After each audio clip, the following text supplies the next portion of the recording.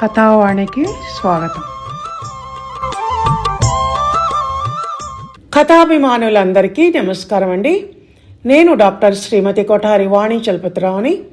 ఈ ఆదివారం రోజు మీకోసం ప్రత్యేకంగా వామన చరిత్ర అనే ఒక అద్భుత పురాణ కథను వినిపించబోతున్నాను. ప్రాచీన ఆంధ్ర సాహిత్యంలో ఆంధ్ర మహాభాగవతానికి ఉత్తమ గ్రంథంగా మహోన్నతమైన స్థానం ఉంది. భాగవతం అంటేనే విష్ణుమూర్తి కథలు, విష్ణుమూర్తి భక్తులైన భాగవతుల కథలు. విష్ణు కథలు కళ్యాణాత్మకమైనవి. ఎన్ని మార్లు విన్నా మళ్ళీ మళ్ళీ వినాలని అనిపించేవి. అందులోనూ ఆ కథలను రచించిన తెనుగుల పుణ్యపేటి అయిన శ్రీ బమ్మెర పోతనామాచ్యుడు ఊహించో కల్పించో రాసిన కథలు కావు అవి. స్వయంగా విష్ణు భక్తుడవటం వల్ల అనుభవించి పలవరించిన కథలు. అందుకే ఆ కారణం చేతనే భాగవతంలోని ప్రతి కథలో భక్తి రసం సహజ సిద్ధ ప్రవాహశీలతతో భక్తుల మనసును ముంచేసేదిగా, రంజింపచేసేదిగా ఉంటుంది. భాగవతంలో వచ్చే విష్ణుమూర్తి దశావతారాల కథలలో వామన చరిత్రకు ఒక ప్రత్యేకమైన స్థానం ఉంది. అందుకే దైవ సంబంధి కథలు, అందులోనూ వామన చరిత్ర వంటి కథలు వినటంలో ఏమాత్రం ఆలస్యం చేయకూడదు గనక వెంటనే మొదలుపెట్టేస్తాను. విష్ణు భక్తులైన మీరందరూ శ్రద్ధగా విని సహకరించవలసిందిగా మనవి. పరీక్షిత్ మహారాజు సుఖ మహర్షితో ఒకరోజు విష్ణుమూర్తి బలిచక్రవర్తి వద్దకు వెళ్ళి 3 అడుగుల నేలను ఎందుకు అడిగాడు, కోరిన కోర్కెలను తీర్చుకోగలిగిన వాడు, రమాసంపన్నుడు అయిన అలాంటివాడు దరిద్రునిలాగా ఇతరుల దగ్గరకు వెళ్ళి ఎందుకు చెయ్యి చాచాడు, బలిని ఎందుకు బంధించాడు, ఆ కథ వినాలని ఉంది, చెప్పమని ప్రార్థించగా వామనుని కథను ఈ విధంగా పరీక్షిత్ మహారాజుకు వినిపించాడు శుకుడు.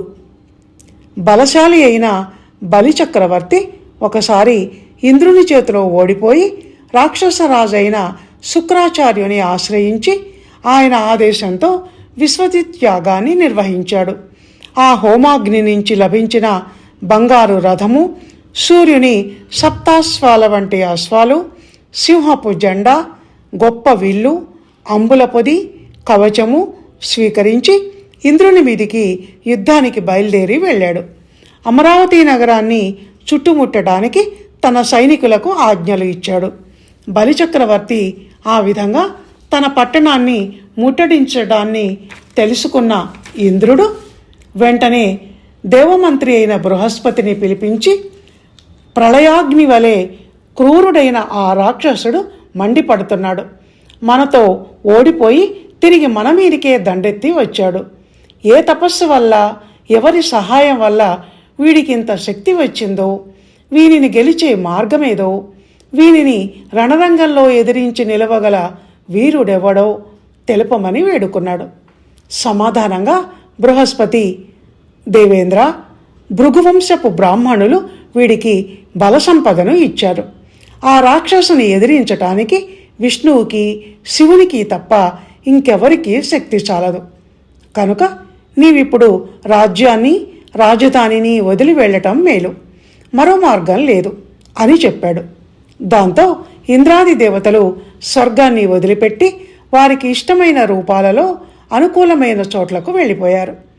దాంతో బలిచక్రవర్తి పగవారు లేని అమరపురిని అనాయాసంగా ఆక్రమించి ఏలుకోవటం మొదలుపెట్టాడు. ముల్లోకాలను వశం చేసుకుని విశ్వవిజేత అయి చాలా కాలం పరిపాలించాడు. అది చూసి దేవతల తల్లి అయిన అదితి తన కుమారులకు పట్టిన గతిని తొలగించేవారు లేక దిక్కులేని దానిలా దుఃఖించింది. అప్పుడే తపస్సు చాలించి ఇంటికి తిరిగి వచ్చిన భర్త కశ్యప ప్రజాపతిని చూచి కన్నీరు కార్చింది. అది చూసి, కళ్యాణి, ఎందుకు దుఃఖిస్తున్నావు? బ్రాహ్మణులకు ఏ లోటు లేకుండా ఆదరిస్తున్నావు కదా, దేవాలయాలలో యథావిధిగా పూజలు జరుగుతున్నాయి కదా, అతిథి అభ్యాగతులను అర్ఘ్యపాద్యాదులిచ్చి భోజనం పెడుతున్నావు కదా అని కుశల ప్రశ్నలు అడిగాడు. ఇంకా ఏమన్నాడంటే కశ్యప ప్రజాపతి భార్యతో, నెలత, విష్ణువునకును నిఖిల దేవాత్మనకు ఆననంబు సిఖియు అవనిసిరులు వారు దనియ తనియు వనజాతలోచనుండు అతడు దనియ జగములన్నీయు తనియు. ఓ స్త్రీ, దేవతలకు ఆత్మ విష్ణువు, అగ్ని బ్రాహ్మణులు విష్ణువుకు ముఖాలు. వారిని సంతోషపెడితే విష్ణువు సంతోషపడతాడు. విష్ణువు సంతోషిస్తే సకల లోకాలు సంతోషిస్తాయి అని అన్నాడు. దానికి సమాధానంగా అదితి అక్కడ జరుగుతున్న అన్యాయాన్ని, అక్రమాన్ని ఈ విధంగా భర్తకు వివరించింది. ప్రేమ యొకింతలేక దితి బిడ్డల బిడ్డలున్ మహాభీమ బలాఢ్యులై తనదు బిడ్డలనందరం దోలి సాహసాక్రమిత వైరులయ్యు అమరావతి నేలుచున్నవారు నీకేమని విన్నవింతు హృదయేశ్వర మేలుదలంచి చూడవే అని దితిబిడ్డలైన దైత్యులు పగబూని అమరావతిని ఆక్రమించి నా బిడ్డలను పారద్రోలి పాలిస్తున్నారు. ఈ విషాద వార్తను నీకేమని చెప్పను అని అంది. ఇంకా ఎండకన్నెరుగని ఇంద్రుని ఇల్లాలు శచి, అల్లారు ముద్దుగా పెరిగిన జయంతాదులు అడవులలో కష్టాలు పడుతున్నారు. యజ్ఞాలలోని హవిర్భాగాలను బలి దోచుకుంటున్నాడు. దేవతలకు ఒక్క కబళం కూడా దక్కనివ్వటం లేదు అని చెప్పింది. అంతా విన్న కశ్యప ప్రజాపతి ముహూర్తమాత్రం ఆలోచించి విజ్ఞాన దృష్టితో జరుగుతున్నది పరికించి భార్యతో, జనకుండెవ్వడు జాతుండెవ్వడు జనిస్థానం బూలే చోటు సంజనం వెయ్యది మేను లేకొలది సంసారం బూలే రూపముల్ వినుమా ఇంతయు విష్ణుమాయ తలపన్ వేరేమియున్ లేదు మోహనిబద్ధంబు నిదానమింతటికి జాయా విన్నన్ పోనీటికిన్. తండ్రి ఎవరు, కొడుకు ఎవరు, పుట్టుక ఏంటి, పుట్టే స్థలమేంటి, ఇవేవీ లేవు. ఇదంతా విష్ణుమాయనే, మరొకటి కాదు. కనుక ప్రియురాలా, సర్వము తానే అయిన ఆ విష్ణుమూర్తిని ఆరాధించు అని కశ్యప ప్రజాపతి తన సతికి పయోపక్షణం అనే వ్రతాన్ని ఉపదేశించి ఆ వ్రత విధానాన్ని చెప్పాడు. పాల్గొనమాసం శుక్లపక్షం మొదటి దినాన ఆమె ఆ వ్రతాన్ని ప్రారంభించగా విష్ణువు ఆమెకు ప్రత్యక్షమైనాడు.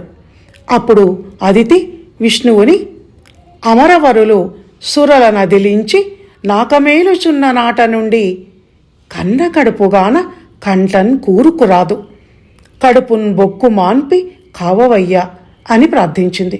దాంతో ఆమెను కరుణించి వరమిచ్చాడు విష్ణుమూర్తి. నీ కోడండ్రును నీ కుమారవరులున్ నీ నాథుడున్ నీవు సంశ్లోకింపన్ సతులున్ పతులు మిగుల సమ్మోదింప రాత్రించరుల్ శోకింపన్ భవదీయ గర్భమునన్ తేజోమూర్తినై జన్మించదన్ నాకున్ వేడుక పుట్ట నీ సుతుడనే నర్తించి వర్తింపగన్. అమ్మా, నీకు కొడుకునై జన్మించి నీ ఒడిలో ఆడుకోవాలని నాకు కోరికగా ఉంది.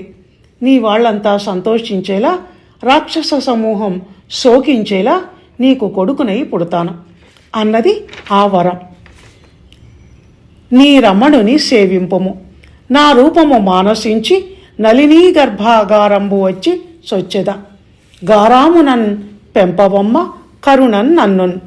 నా రూపాన్ని తలుచుకుంటూ నీ భర్తని సేవించు, నేను నీ గర్భంలో చేరతాను అని చెప్పి అంతర్ధానమయ్యాడు. ఆ విధంగా సురల తల్లి అదితి కశ్యప చిరతర తపస్సంభృత వీర్య ప్రతిష్ఠ గర్భయై నవమాసాలు మోసి విష్ణుమూర్తిని బిడ్డగా కన్నది. ఆ విషయాన్ని పోతన విశ్వగర్భుడు తన గర్భ వివరమందున్ పూట పూటకు పూర్ణుడై పొటకరింపన్ రేఖ చూలాలితనమున వేల్పున్ పెద్ద పొలతి కంతటా నీళ్లాడు పొద్దులయ్యే అని చెప్పాడు. అప్పుడు సాక్షాత్తు బ్రహ్మ, విచ్చేయు మదితి గర్భము చెచ్చర వెలువడి మహాత్మ చిరకాలంబున్ విచ్చలవిడి లేక అమరులు ముచ్చటపడి ఉన్నవారు ముదమందింపన్ అని వామనమూర్తి ఆవిర్భావానికి స్వాగతం పలికాడు. ఆ విధంగా వామనావతారం వెలిసింది.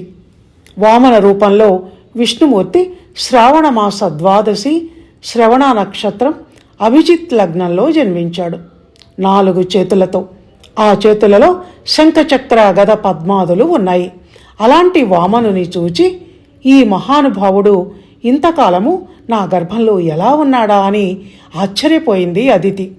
అటు పిమ్మట వామనుడు ఆయుధాలు అలంకారాలు కలిగిన తన దివ్య రూపాన్ని వదిలి కపట బ్రహ్మచారిగా మారు రూపాన్ని ధరించాడు. పొట్టి బాలుడై ఒడుగు చేయుటకు తగిన వయసులో ఉన్న తన కొడుకును చూసి ఆమె ఆనంద పరవశురాలైంది. నన్ను కన్న తండ్రి, నా పాలి దైవమా, నా తపఫలంబా, నా కుమార, నాదు చిన్నివడుగా, నా కులదీపక, రాగదయ్య భాగ్యరాశి వగుచు అంటూ కొడుకుని దగ్గరకు పిలిచి అక్కున చేర్చుకుంది. కన్నుల నిండుగా చూసుకుంది. అటు తర్వాత వామనునికి ఒడుగు చేయటానికి కశ్యప ప్రజాపతితో మునీంద్రులు కార్యకలాపాలు జరిపారు. వామనునికి సూర్యుడు గాయత్రీ మంత్రాన్ని బోధించాడు. బృహస్పతి జంధ్యాన్ని, కశ్యపుడు ముంజదర్భల మొలతాడును, అదితి కౌపీనాన్ని, భూదేవి నల్లని జింక చర్మాన్ని, చంద్రుడు దండాన్ని, ఆకాశం గొడుగును, బ్రహ్మ కమండలాన్ని, సరస్వతీదేవి జపమాలను, సప్త ఋషులు పవిత్రమైన దర్భలను ఇచ్చారు. భిక్షపాత్రికనిచ్చెను యక్షేశుడు వామనునకు, అక్షయమనుచున్ సాక్షాత్కరించి పెట్టెను భిక్షునకు భవాని పూర్ణ భిక్ష. అటు పిమ్మట ఆ బ్రహ్మచారి సంప్రదాయం ప్రకారంగా వేదమంత్రాలను చదువుతూ ఉత్సాహంతో హోమం చేశాడు. పిదప బ్రాహ్మణోత్తముల వంక చూసి, ఒత్తురే విప్రులు వేడగ నిత్తురే దాతలను వేడుక ఇష్టార్థములను, తెత్తురే మీరును సంపదలు ఇత్తెరుగున దానవీరుడెవ్వడో చెప్పుడా. అలా అర్ధులకు అడిగిన దానాలిచ్చే దానవీరుడెవరున్నారో నాకు చెప్పండి అని అడగగానే వాళ్ళు, కలరున్ దాతలు ఇత్తరున్ ధనములున్ కామ్యార్థముల్ కొంచున్ విప్రులేతెంతురు కాని ఈవిని బలిన్ పోలన్ వదాన్యుండు లేడు అలఘుండై వనరించే అధ్వర శతంబు భార్గవానుజ్ఞచే బలివేడన్ బడయంగవచ్చున్ బహు సంపల్లాభముల్ వామన అని దానగుణంలో బలిని మించినవాడు లేరు అని సెలవిచ్చాడు. దాంతో వామనుడు లోకాలకు మేలును కలిగించటానికై తల్లిదండ్రుల అనుమతితో ప్రయాణమై బలిచక్రవర్తి వద్దకు వెళ్ళాడు. ప్రక్షీణ దివిజ వల్లభ రక్షా పరతంత్రుడగుచు రాజీవాక్షుండు ఆ క్షణమున బలి ఇంటికి భిక్షాగమనంబు చేసే పేదరికముతోన్. దేవేంద్రుని కాపాడటం కోసం వామనుడు పేదవాని వలె బలిని దానమడటానికి ఆ విధంగా సంకల్పించాడు. సమస్త లోకాలను తనలో భరించే వామనుడు నడుస్తూ ఉంటే ఆ సమయంలో ఆ బరువుకు భూమి కృంగిపోయింది. ఆదిశేషుడు వంగిపోయాడు. ఆ విధంగా నడిచి నడిచి వామనుడు బలిచక్రవర్తి యజ్ఞవాటికను చేరుకున్నాడు. అప్పుడు ఆ సభలోని వారు వామనుని చూచి, శివుడో విష్ణువో బ్రహ్మయో సూర్యుడో అగ్నియో మారువేషంలో వచ్చి ఉండవచ్చు. ప్రపంచంలో ఇంతటి కాంతి అందము ఉండే బ్రహ్మచారి ఎవడుంటాడు అనుకుంటూ ఆశ్చర్యంతో భ్రమపడి రహస్యంగా వాళ్లలో వాళ్లే గుసగుసలాడారు. గుజగుజలు పోవువారును గజిబిజి పడువారున్ చాలా కలకల పడుచున్ గజిబిజి ఎయిరి సభాస్థలి ప్రజలెల్లను పొట్టివడుగు బాపని రాకన్. ఆ విధంగా యజ్ఞస్థలికి వచ్చిన వామనుడు సభనంతా పరకాయించి చూచి భయం నటిస్తూ ఒయ్యారంగా వంగుతూ జనంలోకి దూరుతూ హరి హరి అంటూ చాటులకు వెళుతూ ఉన్నాడు.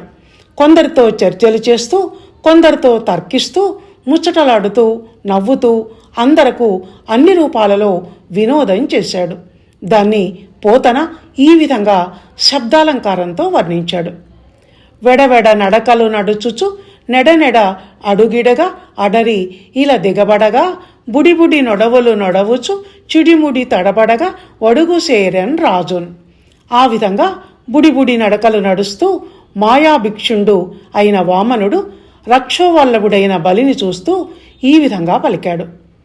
ఇతడేనా దేవేంద్రుడు దిక్పాలకుల గర్వాన్ని అణిచినవాడు? ఇతడేనా పెక్కు యజ్ఞాలు చేసినవాడు?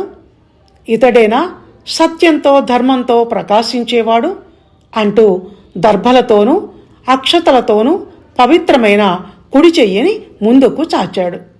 అప్పుడు బలిచక్రవర్తి, వడుగా ఎవ్వరి వాడవు ఎవ్వడవు సంవాసన స్థలం వెయ్యది ఈయడకున్ నీ వరుదెంచుటన్ సఫలమయ్యన్ వంశమున్ జన్మము కడు ధన్యాత్ముడనైతి ఈ మఖము యోగ్యం వయ్యే నా కోరికల్ కడతీరన్ సుహూతంబులయ్యే శిఖలున్ కళ్యాణమి కాలమునన్ అని అన్నాడు.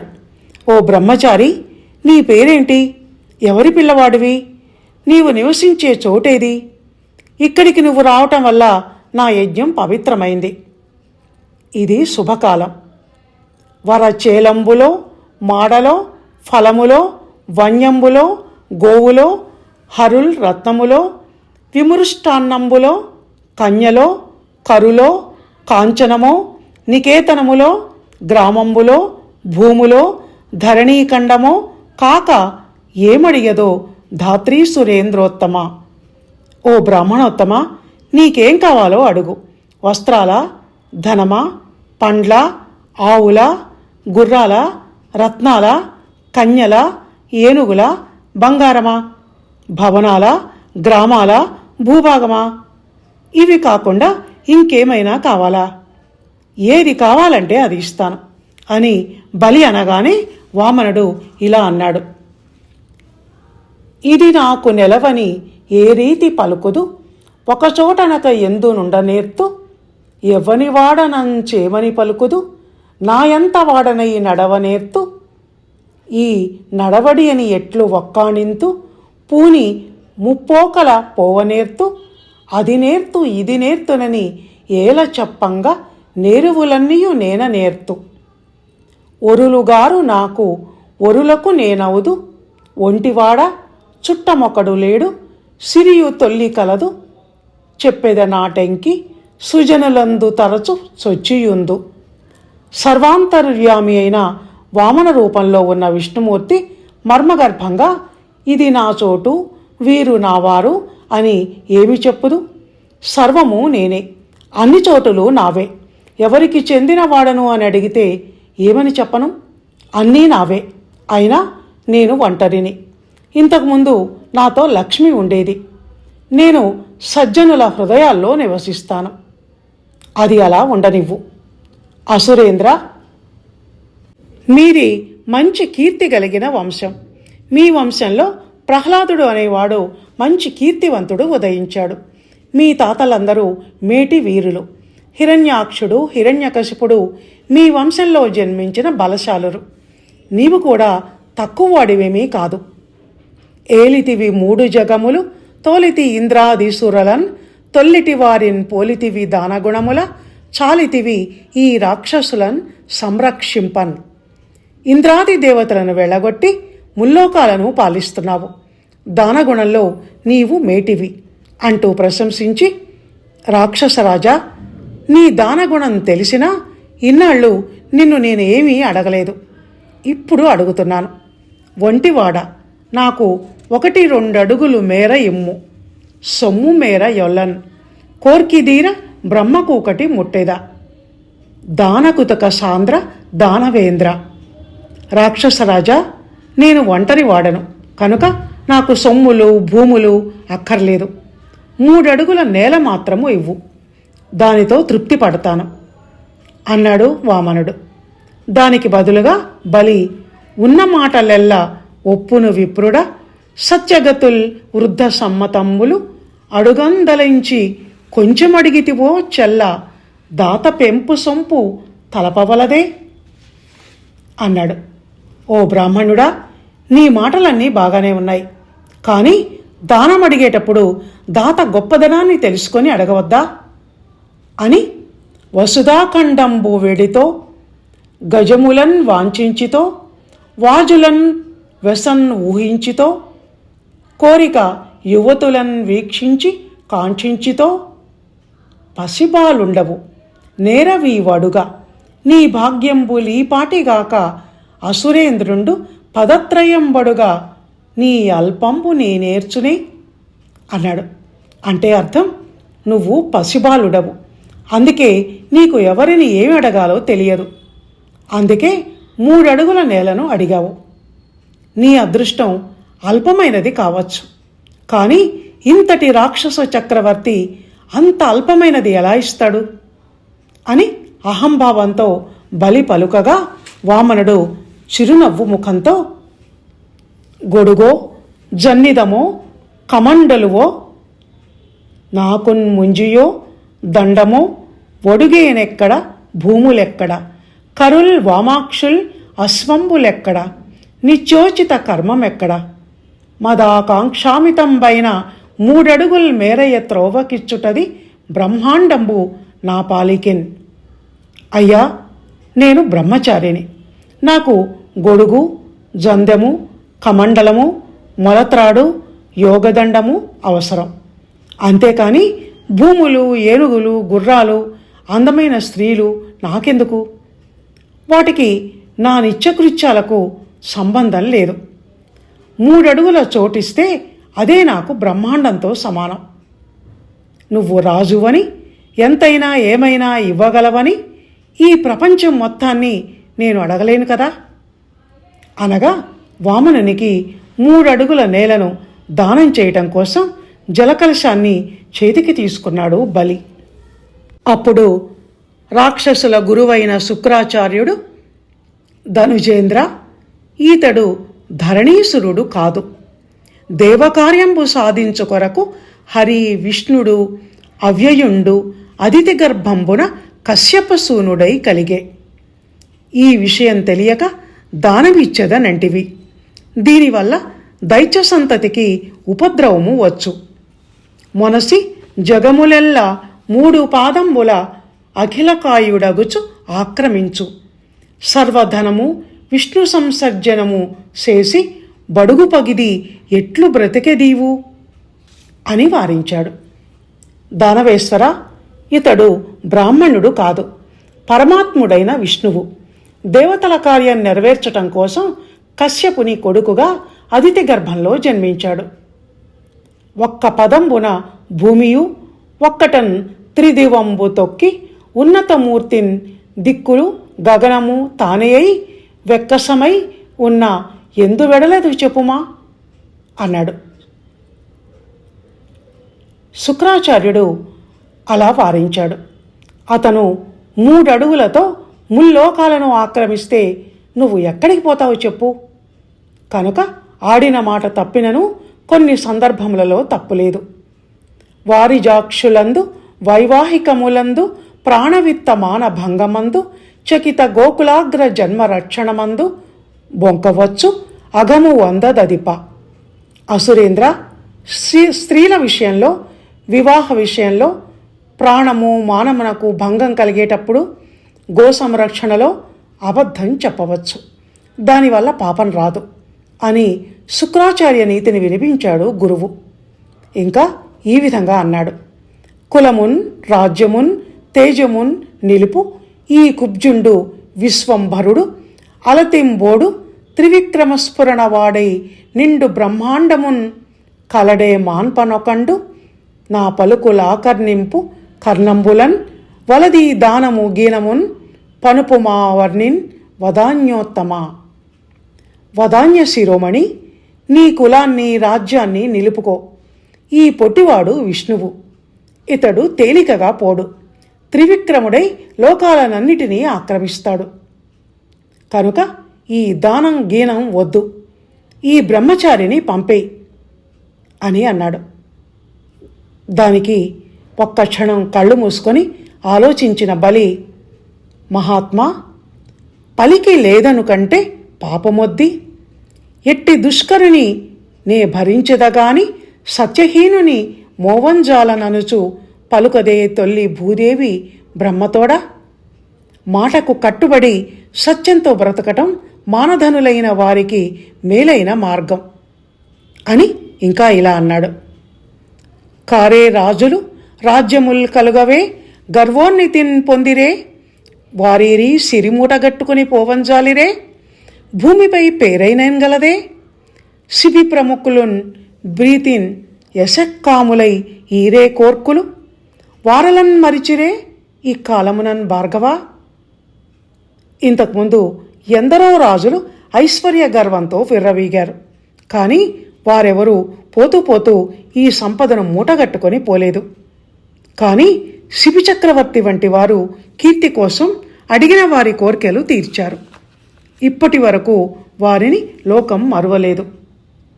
వచ్చినవాడు ఇప్పుడు ఇక్కడికి నువ్వన్నట్టు విష్ణువే అయినా దానం పట్టేటప్పుడు అంతటి వాడి చెయ్యి కింద ఇచ్చే నా చెయ్యి పైన ఉంటుంది కదా. ఆ దిన్ శ్రీపతి కొప్పుపై తనువుపై అంశోత్తరీయంబుపై పాదాబ్జంబులపై కపోల తటిపై పాలిండ్లపై నూత్న మర్యాదంచందు కరంబు క్రిందగుట మీదై నాకరంబుంట మేల్ కాదే. రాజ్యము గిజ్యమున్ సతతమే కాయంబు నాపాయమై.